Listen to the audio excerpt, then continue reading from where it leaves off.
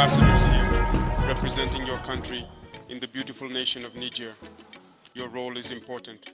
Today, because of the ongoing and devastating war, the imperialistic forces have tried to tear our unified and strong society apart, completely and utterly annihilate us, and make sure that we can never lift our heads again and are forced to submit forever. However, the effect that they are expecting or hoping for will, unfortunately, never come to pass because the required conditions and circumstances simply do not exist. Because instead this war has come to bond us, unite us, and more than ever, we remain standing. And we tell them that we will never cry and we will never kneel before anyone again, no matter what happens in any situation.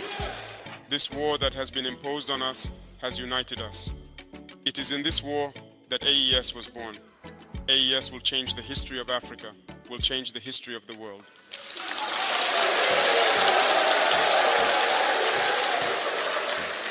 You here are indeed the privileged witnesses of all the harm these people do to our populations.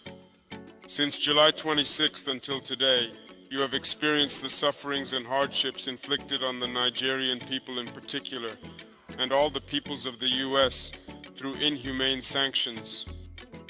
But it brought us even closer together and helped us understand why we must fight and support each other in this journey. And that's the most important thing. I want to congratulate you, those of you who are not in the country, who are far away. And today, due to social media, which has both positive and negative aspects in our lives in various ways, I can truly imagine how much your suffering must really be to have to imagine. What can reality be? What's a lie? You hear all kinds of news. You suffer more than those in the country. But I think that, with God's will, this evening we have a few minutes. We will have, in any case, exchange freely on many themes, and also, and especially any grievances you may have, because these are the same realities that we now share with our brothers in Niger. So, be thanked once again, because despite being away from the motherland, you have always indeed significantly contributed, and truly through all of you in the diaspora, to the Patriotic Support Fund.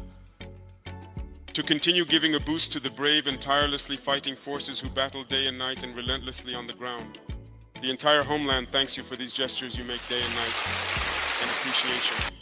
When I carefully listened to what you were saying, I came to the realization that you had a complete and thorough understanding of the entire maneuver. There were no complaints, there were no concerns raised. This shows that you truly understand the essence of the struggle. Thank you again. Thank you to those who are spreading this message. Thank you for being by our side, because that is the fuel we need. The courage we need to move forward is what you are giving us here. You understand the situation. There is no reason to get discouraged, to get tired, or to hang our heads. We will move forward. I will therefore make it my duty to keep you updated on the news from the country. As you have closely followed for several years now, we are being relentlessly attacked from all possible sides. Burkina Faso in particular, from east to west, from north to south, there were attacks everywhere, and we were being pushed back. Today we have been able to resettle a good number of villages and reopen many schools. In many areas, activities have resumed, and there is absolutely no area where our forces cannot set foot when they want to go there, anywhere at all. But despite this, in reality, you hear narratives from those who are referred to as imperialists or their local lackeys who happen to be with us. And they don't care whether an area has been recaptured or not.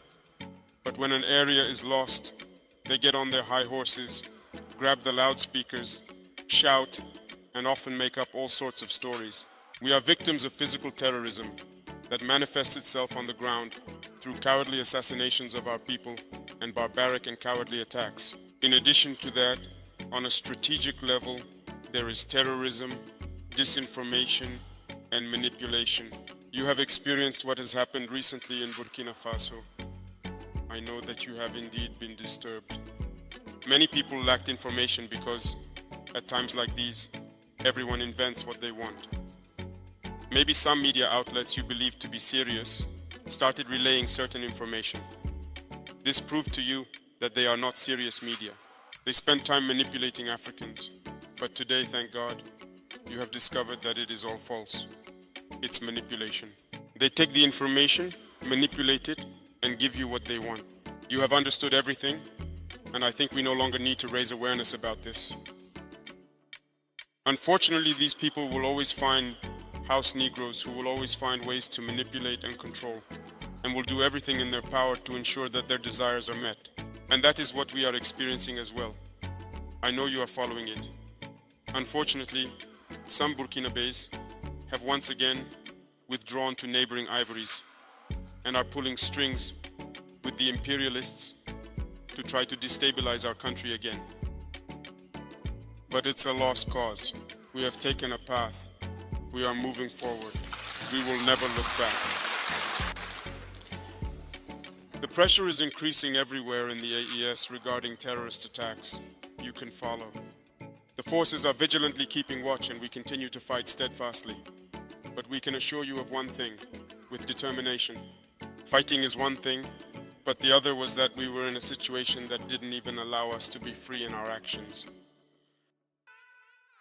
Thank God today, no one can stop us from getting equipped wherever we want. No one comes to design maneuvers with us. The general staffs think as they wish and conduct their operations. We buy our aircraft where we want and use them as we want. No one can restrict us. To fly over a part of the territory where no one will come during our operations to forbid us from accessing an area. All this happened before. Check with the FDS, who maneuvered with these imperialist forces that were here. That is why we say that independence is now, and the battle is just beginning. Some individuals have long taken the liberty to explain to widows or even to the wives of still active soldiers that there is certainly a way to negotiate with terrorists, and that we undoubtedly and absolutely refuse to negotiate with terrorists. First of all, we will not negotiate.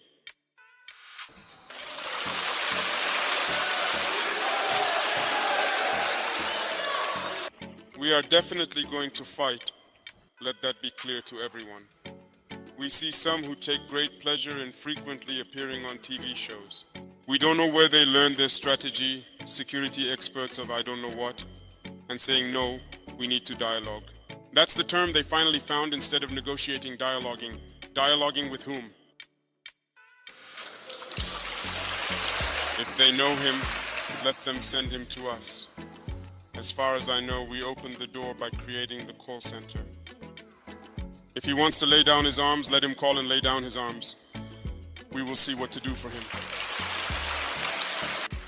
Burkina Faso must definitely be a forbidden destination for those mercenaries.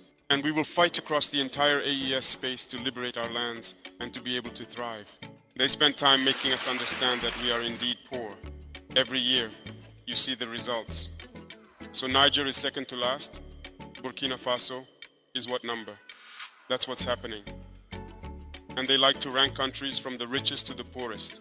And it's us, the poorest countries, the Sahelian countries. We ended up fighting over the scraps. We took responsibility. We told you to leave our country. We will organize and develop ourselves. Yet, you say you are not leaving. I can't understand. If we are poor, we have nothing. But leave. Let us be. We will work.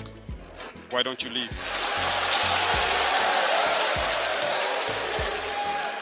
It's not clear then. There's something down there. There's Anguissou Roche. Since 1968, let's take the case of Niger. They exploit uranium. But Niger has no electricity.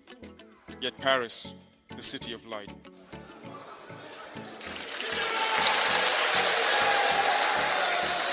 That's normal. But leave us alone. We will develop. We will manage with our uranium too. We will know what to do.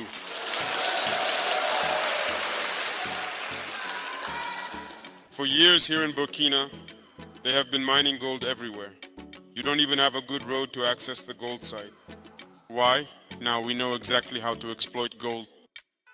I don't know why we even give permits to multinationals from those countries. We will exploit our gold ourselves. We have already started. We will begin. We will do it. We are still in the process of reorganizing and equipping the army. We have not yet reached the level we want, but we are controlling the situation, we are staying the course, and we are going to ramp up because the equipment will come, the numbers will increase. We are going to fight. That is certain.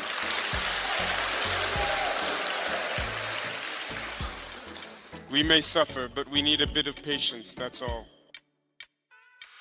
Because the situation has significantly deteriorated so much over several years. We must go with great force so that it cannot come back later. When we resolve it, it's once and for all, permanently. We are gathering everything necessary and essential needed to open the different and various routes that connect the states of the AES. And they are fighting to prevent these routes from opening. Because AES is a nightmare for them, it must not happen. We must not integrate in any way at all. However, we will ultimately defeat them in the end. In any case, you have waited a lot. I can't write about all the topics. But know one thing, on all fronts, battles are indeed being fought. You are the guarantors of what will be written tomorrow. It's you. They should do everything to ensure that we never go back. It's not even possible. It's a point of no return, as Colonel Goita said last time. And we count on you. Be in solidarity with your Nigerian brothers. Be ambassadors of Burkina Faso here. This solidarity must be expressed on all levels. We know what the Nigerian people are enduring. We are doing everything we can to lessen that suffering. The people have shown an impressive and enduring resilience, adapting and thriving despite significant challenges. Those who make us suffer like this, I bet their people cannot endure what the Nigerians have endured. They too would find it incredibly difficult to withstand the hardships and challenges that the Nigerians have faced. Hold on, stay united together, and as for us, we will spare no effort completely to ensure that the legitimate aspirations of our peoples are indeed fulfilled. That's why we are here. Hold on and pass the message to the entire diaspora and the community to stay strong and stand tall. Because Burkina Faso is also about that. It's about those people who fought to leave us this land. And we have the duty to fight for the next generation. A big thank you to everyone.